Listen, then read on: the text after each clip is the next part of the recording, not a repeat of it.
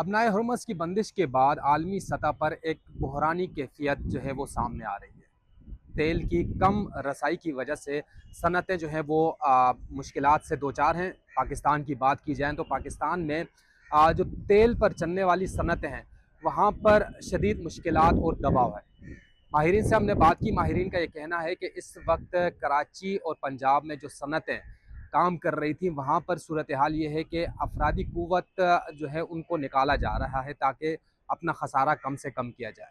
اور اس وقت پاکستان میں صرف واحد ایک صنعت ہے جو ترقی کی طرف گامزن ہے، جو کہ فری لانسرز کی صنعت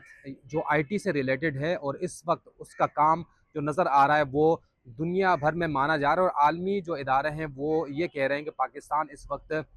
دنیا میں چوتھے نمبر پر ہیں جو فری لانسرز کی افرادی قوت دنیا کو پہنچا رہی ہے۔ اس کے ساتھ بات کی جائے تو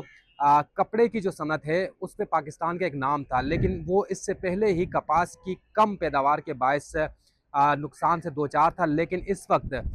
جو تیل کی قیمتیں بڑھی ہیں اس نے بھی اس کو کہیں نہ کہیں نقصان پہنچا ہے۔ تاجر رہنما عتیق میر کا یہ کہنا ہے کہ اس وقت شدید دباؤ ہے صنعتوں پر، جس کی وجہ سے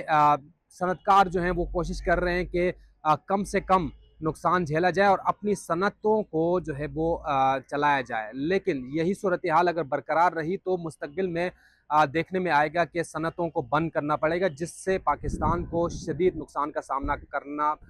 پڑ سکتا ہے۔ ساتھ ہی وہ کہہ رہے ہیں کہ جو اس جنگ سے پہلے تیل کی قیمتیں تھیں وہیں تک قیمتیں پہنچائی جائیں واپس، تاکہ صنعتیں جس طرح بھی چل رہی تھی چلنے کے قابل رہیں۔ ساتھ ہی ان کا یہ کہنا ہے کہ اس وقت جو صورتحال ہے وہ ایسی ہے کہ بجلی مہنگی ہے، تیل مہنگا ہے، جو را مٹیریلز جو باہر ممالک سے ہم منگواتے ہیں وہ اس پہ ٹیرف اتنا ہے کہ وہ مہنگا پڑ رہا ہے، جس کے باعث لگ نہیں رہا کہ مستقبل میں جو صنعتیں پاکستان میں پروڈکٹس بنا رہی تھی وہ بنانے لائق رہیں۔